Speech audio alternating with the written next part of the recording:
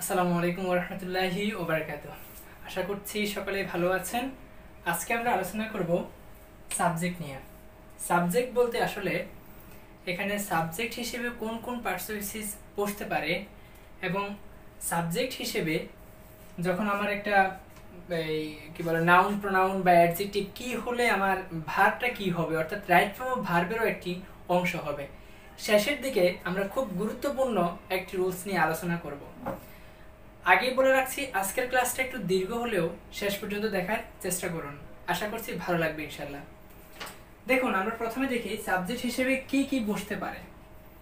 প্রথমে বলে রাখি সাবজেক্ট হিসেবে নাউন, আমরা সবসময় জানি সাবজেক্ট হিসেবে নাউন প্রোনাউন এগুলো হয়।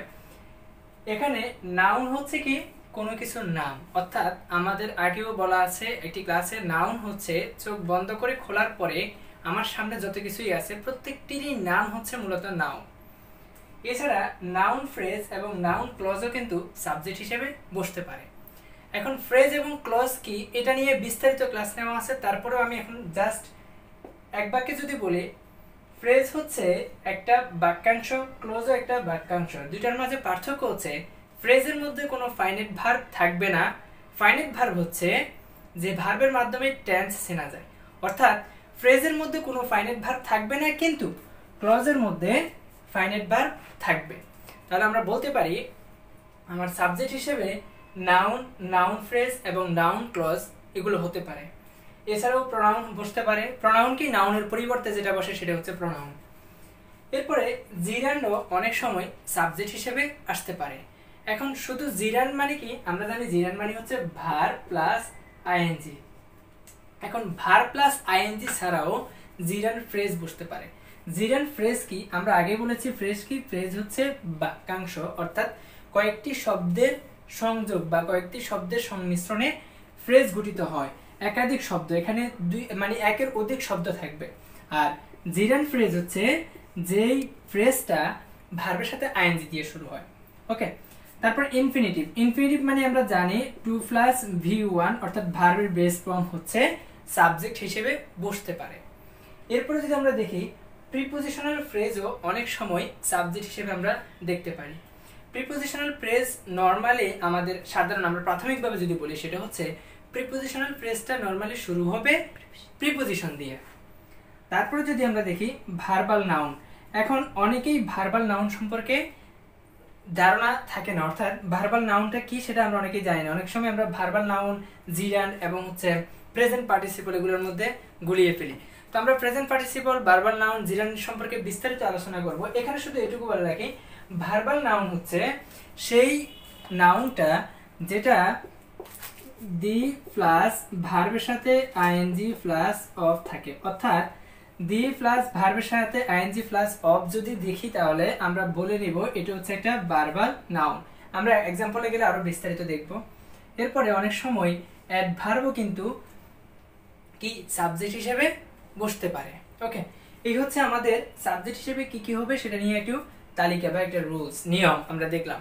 এখন আমরা দেখব এক্সাম্পলের মাধ্যমে ঠিক এই সাবজেক্টগুলো ঠিক আছে কিনা দেখি। তার আগে যদি বলি সাবজেক্ট জিনিসটা কি, সাবজেক্ট মানে হচ্ছে কর্তা, অর্থাৎ যে কাজটা করে বা যার মাধ্যমে কাজটা করা হয় সে হচ্ছে সাবজেক্ট। তো আসুন আমরা দেখি, এখন আমরা যে এতক্ষণ পড়লাম যে noun, pronoun, জিরান্ড, infinitive, prepositional phrase, verbal noun এবং অ্যাডভার্ব সাবজেক্ট হিসেবে বসতে পারে, এটা আদৌ কতটুকু ঠিক আমরা দেখব। আসেন, Salman is the tallest boy in the class. এই যে এখানে সালমান শব্দটা দ্বারা একজন ব্যক্তিকে, নির্ধারিত একজন ব্যক্তির নামকে বোঝাচ্ছে সালমান। তার মানে আমরা বলতে পারি এখানে ইজ এর সাবজেক্ট হিসেবে কি আসছে, নাউন আসছে। একই রকম ভাবে আমরা যদি দেখি the red fan is small, এখানে ভার্ব হচ্ছে ইজ এবং ভার্বের আগে একগুচ্ছ শব্দ, অর্থাৎ বাক্যের একটা অংশ, একগুচ্ছ শব্দ রয়েছে। এই শব্দের মাঝে কোনো ভার্ব আমরা খুঁজে পাচ্ছি না, ভার্ব হিসেবে এখানে কি আছে, ইজ আছে। তাহলে আমরা বলতে পারি ইজ এর সাবজেক্ট হিসেবে এখানে কি আছে, সাবজেক্ট সরি নাউন ফ্রেজ আছে। এখানে কি আছে, নাউন ফ্রেজ ইজ এর সাবজেক্ট হিসেবে আছে। তাহলে আমরা বলতে পারি নাউন সাবজেক্ট হিসেবে এসেছে, নাউন ফ্রেজ সাবজেক্ট হিসেবে এসেছে। এখন যদি আমরা দেখি, আমাকে যদি বলা হয় ইজ এর সাবজেক্ট হিসেবে এখানে কি আছে, that the fan is mine is known to all, এখানে ইজ এর সাবজেক্ট হিসেবে কি আছে যদি বলা হয় তাহলে আমরা বলবো that the pen is mine, এই পুরোটাই কিন্তু ইজ এর সাবজেক্ট হিসেবে আসছে। তো ইজ এর সাবজেক্ট হিসেবে that the pen is mine হয়, তাহলে এইটুকু এই সাবজেক্টটাকে আমরা কি বলবো? দেখুন এই সাবজেক্টের মধ্যে কিন্তু একটা ভার্ব আছে, ফাইনাইট ভার্ব আছে। তাহলে আমরা বলেছি শব্দগুচ্ছ যদি হয় এবং সেখানে যদি ফাইনাইট ভার্ব থাকে তাহলে সেটা কিন্তু ক্লজ হবে, ক্লজ। এখন এটা কি ক্লজ? ক্লজ কিন্তু একাধিক প্রকারের আছে, অ্যাডজেক্টিভ ক্লজ আছে, অ্যাডভার্বিয়াল ক্লজ আছে, কিন্তু এখানে ক্লজটা যে কোন ক্লজ সেটা আমরা দেখব। যে ক্লজটাকে নরমালি ইট দ্বারা রিপ্লেস করা যায় সেটাকে আমরা নাউন ক্লজ বলে থাকি। তাহলে আমরা যদি দেখি it is known to all, এই যে এটা দ্বারা কিন্তু সম্পূর্ণ মনের ভাব প্রকাশ করা হচ্ছে।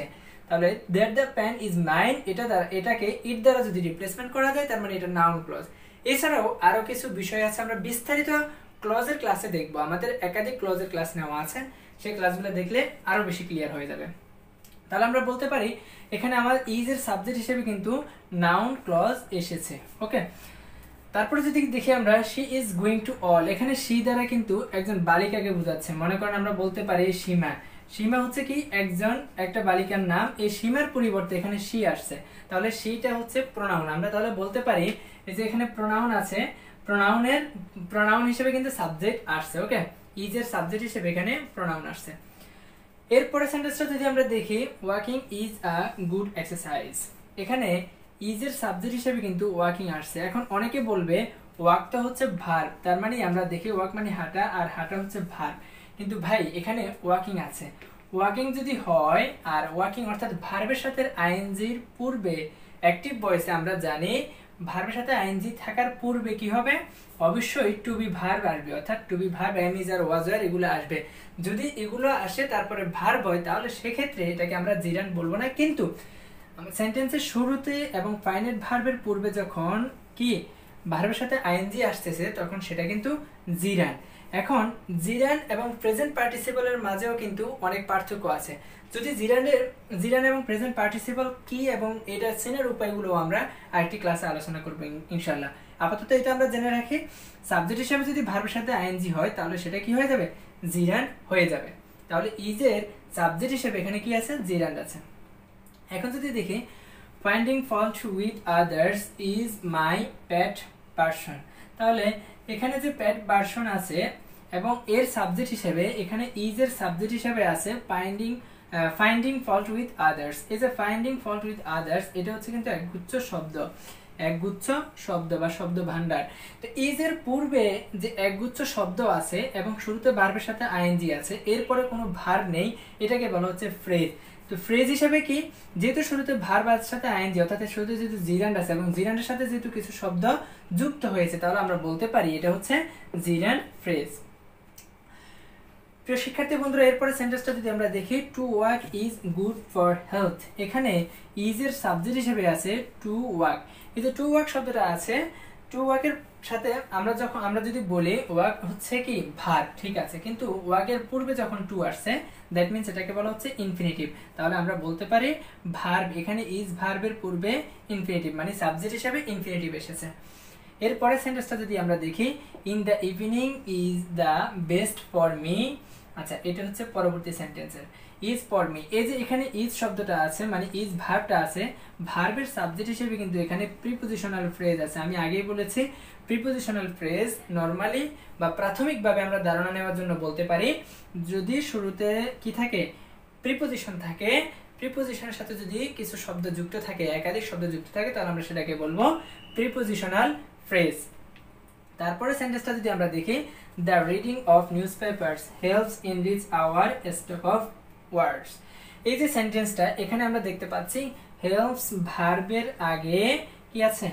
The reading of news paper আছে। আমি আগেই ভার্বাল নাউনের একটা এক্সাম্পল বলেছি, একটা সংজ্ঞা বলেছিলাম। ভার্বাল নাউন হচ্ছে দি প্লাস ভার্বের সাথে আইএনজি প্লাস অফ যদি হয় তাহলে সেখানে আমরা বলবো কি এটা ভার্বাল নাউন। তাহলে এখানে হেল্পস এর সাবজেক্ট হিসেবে আছে দ্য রিডিং অফ, এই যে রিডিং অফ যে আছে রিডিং অফ দি এবং ভার্বের সাথে রিড এর সাথে আইএনজি রিডিং অফ, তার মানে আমরা বলতে পারি এটা হচ্ছে ভার্বাল নাউন।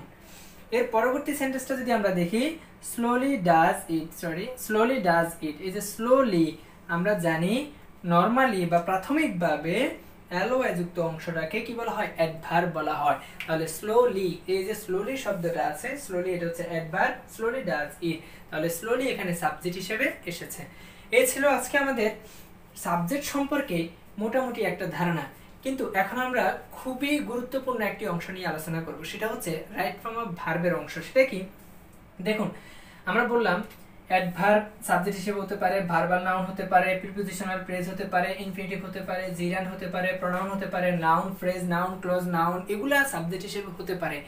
আর আমরা যদি বলি তাহলে কি দাঁড়াচ্ছে আপনার, এই যে অ্যাডভার্ব যদি কখনো সাবজেক্ট হিসেবে দেখি, তাহলে অ্যাডভার্বের পরবর্তী যে ভার্ব আসবে সেটা কিন্তু থার্ড পারসন সিঙ্গুলার হিসেবে ভার্বের সাথে এস বাই এস যুক্ত, অর্থাৎ ভার্বের প্রেজেন্ট ফর্ম বসবে, সিঙ্গুলার ফর্ম বসবে, দুঃখিত, ভার্বের সিঙ্গুলার ফর্ম বসবে। একই রকম ভাবে ভার্বাল নাউন যদি ভার্বের সাবজেক্ট হিসেবে আসে তাহলে কিন্তু ভার্ব সিঙ্গুলার ফর্মে বসবে। প্রিপোজিশনাল ফ্রেজের ক্ষেত্রেও একই রকম ভার্বের সিঙ্গুলার ফর্ম বসবে। ইনফিনিটিভের ক্ষেত্রেও কিন্তু সেম, কি ইনফিনিটিভের ক্ষেত্রেও ভার্বের সিঙ্গুলার ফর্ম বসবে। একই রকম ভাবে জিরান্ড এবং জিরান্ড ফ্রেজের ক্ষেত্রেও কিন্তু ভার্বের সিঙ্গুলার ফর্ম বসবে। এই ছিল আজকে আমাদের ক্লাস, অর্থাৎ জিরান্ড ফ্রেজ, এরপরে ইনফিনিটিভ, প্রিপোজিশনাল ফ্রেজ, এরপরে হচ্ছে ভার্বাল নাউন এবং অ্যাডভার্ব যদি কখনো আমরা বা ভার্বের সাবজেক্ট হিসেবে দেখি তাহলে ওই ভার্বটা অবশ্যই কি হবে? সিঙ্গুলার ফর্মে হবে। এই ছিল আজকের মতো আমাদের ক্লাস। সকলকে ধন্যবাদ পাশে দেখার জন্য। আল্লাহ হাফেজ, আসসালামু আলাইকুম।